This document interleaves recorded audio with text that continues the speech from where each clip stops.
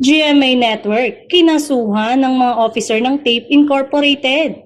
Ayon sa Facebook page ng GMA Network, ang network ay nag-field ng complaint laban sa mga opisyalis ng Television and Production Exponent Incorporated o TAPE na dating producer ng longest-running noontime show na Itbulaga. Nagkaroon kasi aniya ng misappropriation of funds na umabot sa 37,941,356.56 pesos. Ang complaint ay na-file sa pamamagitan ng Office of the City Prosecutor ng Quezon City.